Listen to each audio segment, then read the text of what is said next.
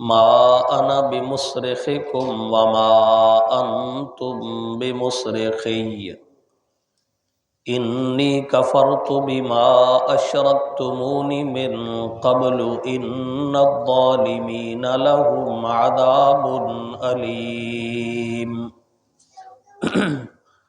صدق اللہ العظیم۔ آپ حضرات کے سامنے 13واں پارہ سورہ ابراہیم اور اس کی آیت نمبر 22 کی تلاوت کرنے کی سعادت حاصل ہوئی۔ اس آیت کا خلاصہ یہ ہے کہ انسانوں کو رب تعالیٰ نے حکم فرمایا کسی اچھے کے سنگ رہو، اچھوں کے ساتھ دوستی لگاؤ، اچھے لوگوں کے ساتھ تعلقات وابستہ کرو۔ جس کی برے لوگوں کے ساتھ اٹھک بیٹھک ہوگی، شیطان کے ساتھ دوستی ہوگی، شیطان بڑا بے وفا دوست ہے، یہ قیامت کے دن تمہارے کچھ کام نہ آئے گا۔ تو شیطان دو طرح کے ہوتے ہیں، ایک تو وہ ہے جو اصلی شیطان ہے، جنوں میں سے ہے، کچھ شیاطین انسانوں میں سے بھی ہیں، جس کا ذکر سورۃ الناس میں موجود ہے، من الجنۃ والناس۔ قرآن مجید کے آخری الفاظ یہی ہیں کہ یا اللہ میں تیری پناہ میں آتا ہوں اس شیطان سے بھی جو جنوں میں سے ہے اور اس شیطان سے بھی جو انسانوں میں سے ہے۔ کئی لوگ خود شیطان بن جاتے ہیں، شیطان کے وہ باقاعدہ نائب ہوتے ہیں، تو ان سے بھی پناہ مانگی گئی ہے، ان سے دور رہنا ہے، ان کے ساتھ بغل گیر نہیں ہونا۔ اس آیت کا ترجمہ دیکھیے، اس پر میں قرآن مجید سے مختلف حوالے اللہ کی توفیق سے آپ کے سامنے ذکر کروں گا۔ فرمایا وقال الشیطان لما قضی الامر، جب اللہ رب العزت کی عدالت میں فیصلہ ہو جائے گا جنت کا بھی اور جہنم کا بھی، جہنمی جہنم میں جانے لگیں گے، شیطان کو کہیں گے بدبختہ تو نے ہمیں گمراہ کیا، تیری مان کے ہم نے زنا کیے، چوریاں کی، ڈکیتیاں کی، دوسروں کا حق دبایا، تیرے کہنے کے اوپر ہم نے قبروں کو سجدے کیے، تیرے بہکاوے کے اوپر ہم نے مزاروں پہ نظریں چڑھائیں جا کے، تو نے جو کچھ کہا ہم نے تیری مانی ہے، آج تو کہاں جا رہا ہے، کرنا ہماری مدد، ہمارے لیے جہنم کا فیصلہ ہو گیا ہے۔ اللہ رب العزت نے اس دن کی شیطان کی بے وفائی کا ذکر کیا، فرمایا وقال الشیطان، شیطان کہنے لگے گا لما قضی الامر، جب فیصلہ کر دیا جائے گا معاملے کا، کیا کہے گا ان اللہ وعدکم وعد الحق ووعدتکم، اوے لوگو عقلیں تمہارے اپنے پاس تھیں، ایک وعدہ اللہ نے کیا تھا، ایک وعدہ میں نے تم سے کیا ہے، وہ با وفا تھا میں بے وفا تھا، اس نے اپنا وعدہ پورا کیا ہے۔ اس نے کیا وعدہ کیا ہے؟ قرآن مجید میں اللہ تعالیٰ نے واضح طور پہ بتایا ان اللہ لا یغفر ان یشرک بہ ویغفر ما دون ذلک لمن یشاء، اوے لوگو میرے دربار میں شرک کر کے کبھی نہ آنا، اللہ نے وعدہ کیا تھا کہ مشرک کو میں نے ہر حال میں جہنم میں ڈالنا ہے، موحدین جو ہوں گے، شرک سے جو بچنے والے ہوں گے، جتنے گناہ بھی ہو جائیں گے میں چاہوں گا بغیر سزا دیے ان کی بخشش کر کے ان کو جنت میں پہنچا دوں گا۔ ایک وعدہ اللہ نے کیا تھا، اس نے سچا وعدہ کیا تھا، وعد الحق ووعدتکم، دوسرا وعدہ وہ تھا جو میں نے تم سے کیا تھا اور میرا وعدہ دنیا تک تھا، کر لے یہ گناہ بڑی لذت ہے، کر لے یہ کام بڑی اس میں لذت ہے، میں نے تم سے وعدہ کیا، لہذا فاخلفتکم، اس وقت تو میں نے تمہیں یہ بہکاوا دیا کہ تو کر لے میں ذمہ دار ہوں، لیکن میں نے اپنے وعدے کی خلاف ورزی کی ہے، آج مجھ سے نہ مانگو، آج مجھ سے مدد طلب نہ کرو، آج میرا ساتھ نہ چاہو، ما کان لی علیکم من سلطان، دنیا میں نے تمہارے سے گن پوائنٹ پہ گناہ نہیں کروائے، کوئی میرا جبر نہیں تھا تمہارے اوپر، میں نے تو مشورہ دیا تھا، عمل تم نے خود کیا ہے۔ دیکھا نا بے وفا ہے، اس دن ساتھ چھوڑ جائے، کہے گا میں نے تو زبردستی تم سے تھوڑے گناہ کروائے، میں نے تو وسوسہ ڈالا، میں نے تو تمہیں مشورہ دیا، لہٰذا فاستجبتم لی، الا ان دعوتکم، صرف میرا کام تو یہ تھا میں نے تم نے گناہوں کی دعوت دی تمہیں، فاستجبتم لی، تم نے دیر بھی نہیں لگائی، فوراً میری بات کو مان لیا۔ فاستجبتم کا معنی یہاں یہ ہے فاستجبتم لی، فوراً تم نے میری بات مان لی، فلا تلومونی ولوموا انفسکم، لہٰذا مجھے ملامت نہ کرو، اپنے آپ کو ملامت کرو، ما انا بمصرخکم وما انتم بمصرخیہ، نہ آج میں تمہارے اوپر سوار ہوتا ہوں نہ تم میرے اوپر سوار ہو سکتے ہو۔ آسان لفظوں میں کہتا ہے انی کفرت بما اشرکتمونی من قبل، میں آج اس کا انکاری ہو گیا ہوں جو تم نے مجھے شریک بنایا تھا اس سے پہلے۔ ان الظالمین لہم عذاب علیم، قرآن نے بتا دیا شیطان سے یاری لگانے والے، شیطان سے دوستیاں قائم کرنے والے، شیطان کی ماننے والے، رحمان کی ٹھکرانے والے یہ ظالم ہیں، اور ان الظالمین لہم عذاب علیم، ایسے ظالموں کے لیے اللہ نے جہنم کا دہکتا ہوا عذاب تیار کیا ہے۔ یہ بے وفا دوست ہے شیطان، اس کی بے وفائیوں کا ذکر قرآن مجید نے مختلف مقامات پہ کیا۔ ایک حوالہ 10واں پارہ، سورت کا نام سورہ انفال، نبی علیہ الصلوۃ والسلام پہلا مارکہ ہے کفر اور اسلام کا، جس کو غزوہ بدر کہا جاتا ہے۔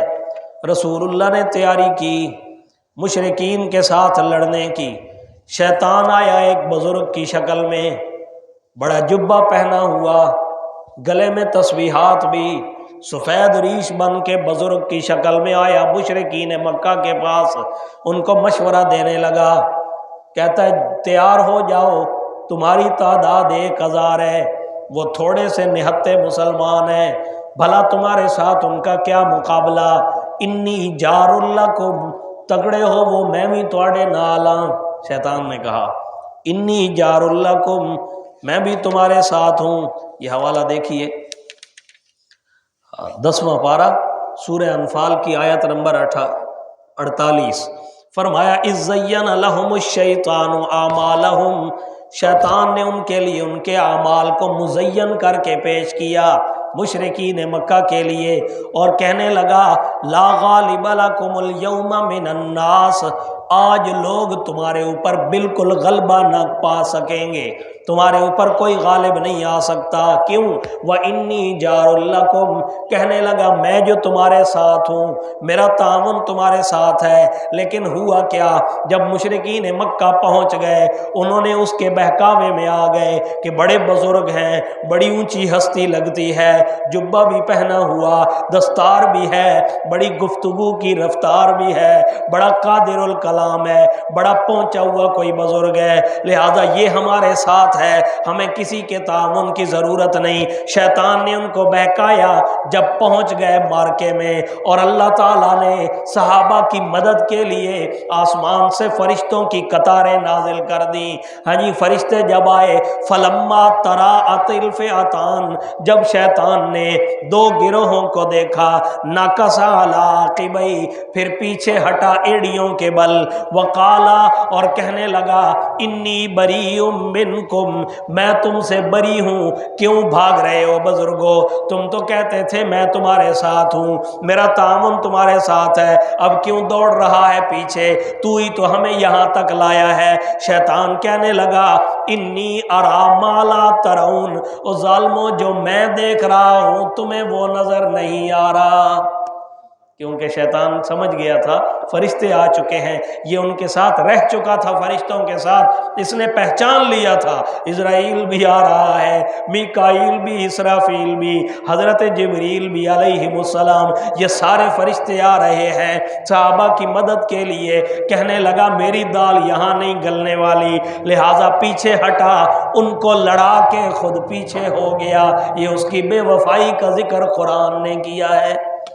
لہٰذا شیطان والے نہ بنو، رحمان والے بنو۔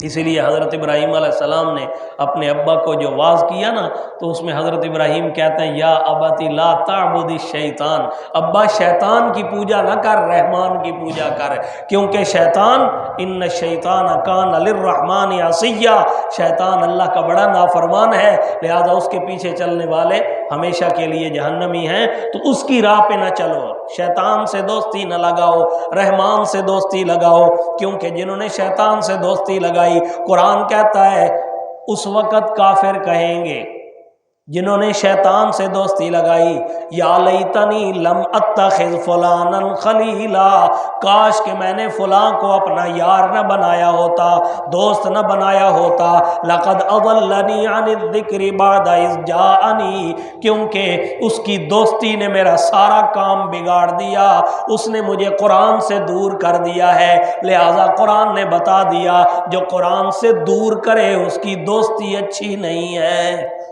یہ 19واں پارہ ہے، یہ حوالہ تاکہ دے دوں، آپ لوگ گھروں میں جا کے دیکھیے، قرآن سے روکنے والے ان کی دوستی اچھی نہیں ہے۔ اللہ اکبر۔ یہ سورہ فرقان کی آیت نمبر 28 ہے، اور 27 میں بھی یہی مضمون ہے، یوم یعض الظالم علی یدیہ، ظالم اپنا ہاتھ کاٹے گا قیامت کے دن، یقول، اور کہے گا یا لیتنی لم اتخذ فلانا خلیلا، کاش کہ میں نے فلاں شیطان کے ساتھ دوستی نہ لگائی ہوتی، شیطان جو انسانوں میں سے ہے کاش میں نے اس سے بھی دوستی نہ لگائی ہوتی، جو جنوں میں سے ہے کاش کہ میں نے اس سے دوستی نہ لگائی ہوتی، یا ویلتا لیتنی لم اتخذ فلانا خلیلا، کاش کہ میں فلاں کو اپنا یار نہ بناتا، کیوں نہ بناتا، خود کہے گا لقد اضلنی عن الذکر، کیونکہ اس کی دوستی اور اس کے تعلق نے مجھے قرآن کی نصیحتوں سے موڑ دیا تھا، گمراہ کر دیا تھا۔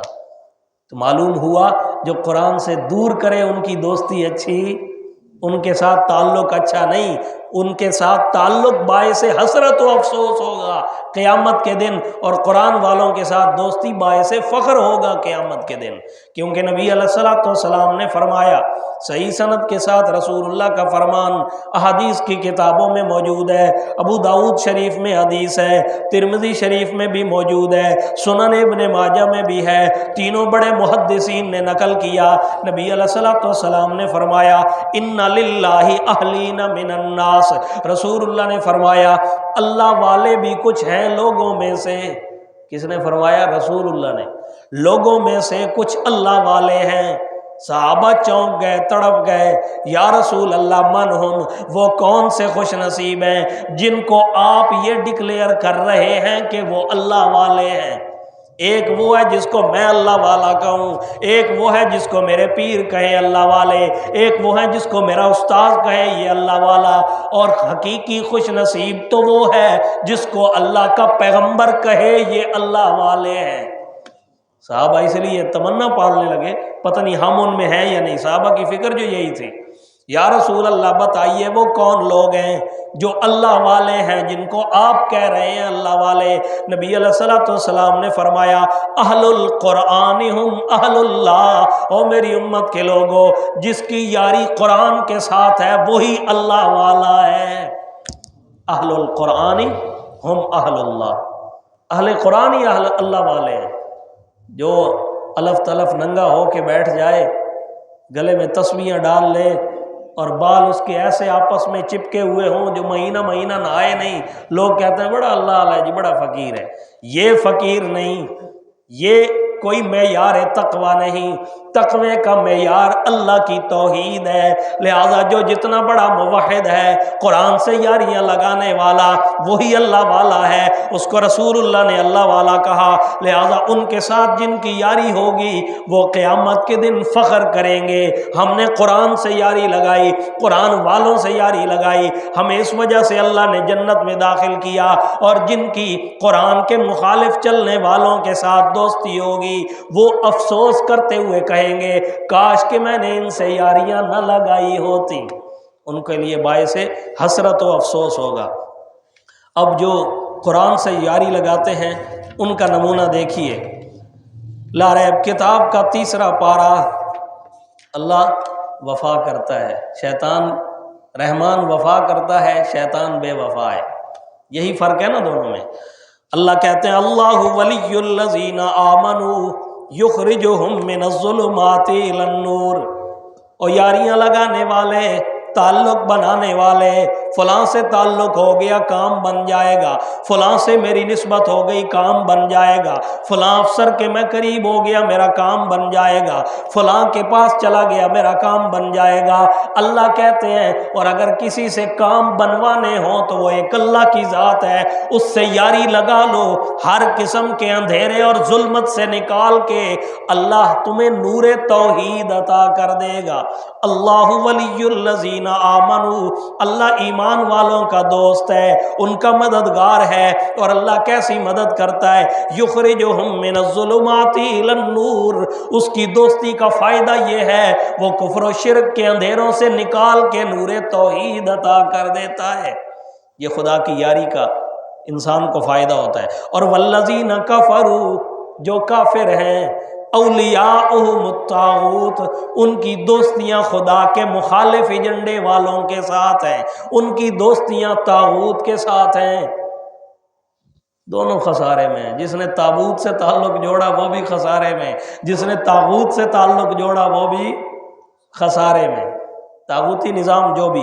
والذین کفروا، جو کافر ہیں، اولیاءہم الطاغوت، ان کی دوستیاں جمہوریت کے ساتھ ہیں، ان کی دوستیاں طاغوت کے ساتھ ہیں، اور وہ کیا کرتا ہے؟ اس کا ایجنڈا یہ ہے یخرجونہم من النور الی الظلمات، وہ طاغوت ان کو نور توحید سے کھینچ کر شرک کے اندھیروں کی طرف لے جاتا ہے، بندوں کی پوجا کی طرف لے جاتا ہے، مخلوق کے آستانوں کی طرف لے جاتا ہے، شیطان کے دیوانوں کی طرف لے جاتا ہے۔ یخرجونہم من النور الی الظلمات، کیا انجام ہوگا؟ اولئک اصحاب النار، یہی ہے جہنمی، ہم فیہا خالدون، اور یہ اس جہنم میں ہمیشہ ہمیشہ رہیں گے۔ بات ہی ختم۔ لہذا دوستی کا معیار قرآن ہونا چاہیے، دوستی کا معیار رحمان کے ساتھ تعلق ہونا چاہیے، شیطان سے دوستی نہ ہو، چاہے انسانوں میں سے جو شیطان ہیں ان سے بھی دوستی نہ ہو، اور جو اصل شیطان ہے اس سے بھی دوستی۔ ہاں، ہمارے ایک استاد ہیں مولانا رستم علی شاہ صاحب زید مجدہ، اللہ ان کو صحت اور ایمان کے ساتھ استقامت نصیب فرمائے اور عافیت والی زندگی عطا فرمائے۔ بڑا پیارا جملہ انہوں نے کہا، جس دوست کی دوستی حدود اللہ میں رکاوٹ بن جائے، جس دوست کی دوستی دین کے اوپر عمل کرنے میں رکاوٹ بن جائے، وہ تمہارا دوست نہیں، تمہارے دنیا آخرت کا دشمن ہے وہ بندہ۔ یہ معیار قائم کر لیں دوستی کا کہ میرے دوست کی یاری نماز میں رکاوٹ نہ بنے، دوست کی دوستی قرآن کے ساتھ دوستی لگانے میں رکاوٹ نہ بنے، جو قرآن سے منہ موڑ کے دوسرے بندوں کی لکھی ہوئی کتابوں کی طرف لے جائے، یہ رحمان سے رشتہ کمزور کر رہا ہے، قرآن سے رشتہ کمزور کر رہا ہے، مخلوق کے ساتھ رشتے میرے جوڑنا چاہتا ہے، اس کی دوستی کسی کھاتے کی نہیں ہے۔ جو قرآن کی طرف بلائے وہی دوستی کامیاب ہے حقیقت میں۔ یہ بڑا بہترین دوست ہے، اس سے یاری لگاؤ، قیامت کے دن بھی ساتھ کھڑا ہوگا، قبر میں بھی ساتھ ہوگا۔ نبی علیہ الصلوۃ والسلام نے فرمایا دو چیزیں بندے کی سفارش کریں گی قبر میں، قبر میں سفارش قیامت سے پہلے، ایک قرآن ہے، دوسرا نماز ہے۔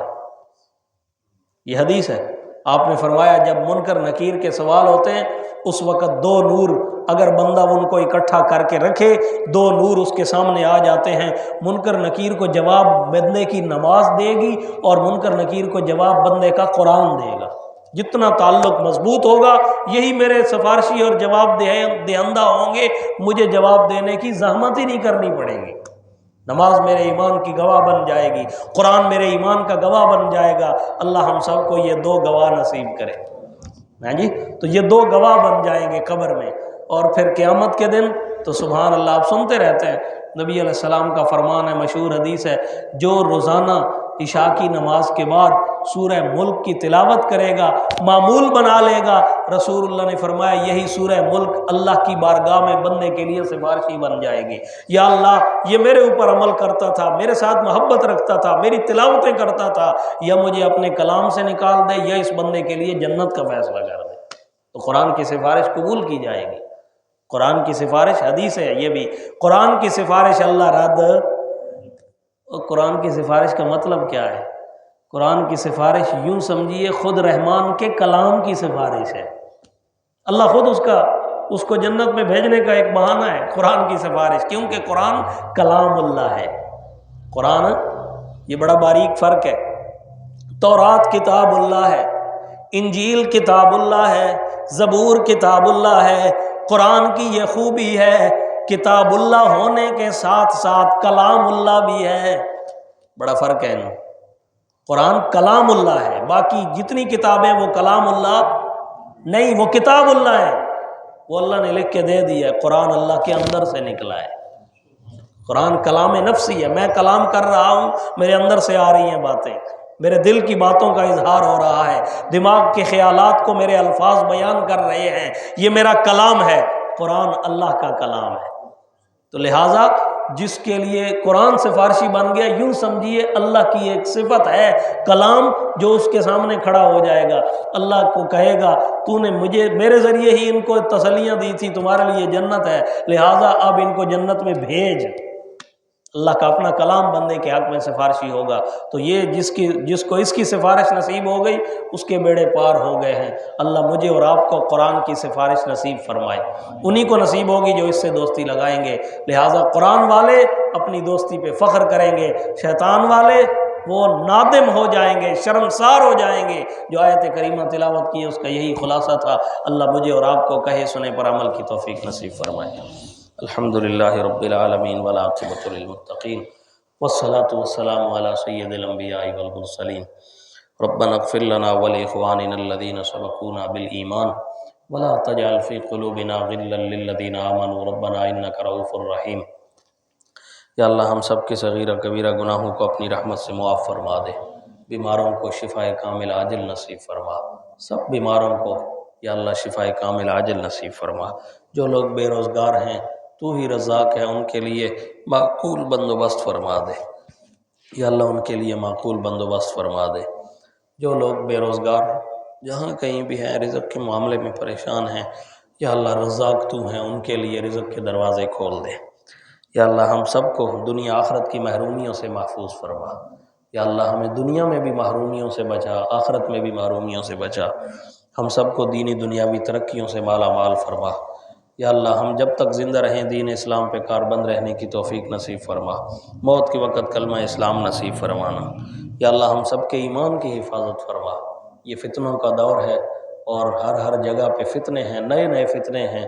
یا اللہ ہم سب کو ان فتنوں سے بچا، ہم سب کو قرآن کا، نبی علیہ الصلوۃ والسلام کا اور صحابہ کرام کا رستہ عطا فرما، ان کی سیرت پر عمل کرنے کی توفیق نصیب فرما۔ یا اللہ جو ٹوٹے پھوٹے اعمال کرتے ہیں اپنی بارگاہ میں قبول فرما۔ جتنے مسلمان اس دار فانی سے جا چکے ہیں ان سب کی مغفرت اور بخشش فرما دے۔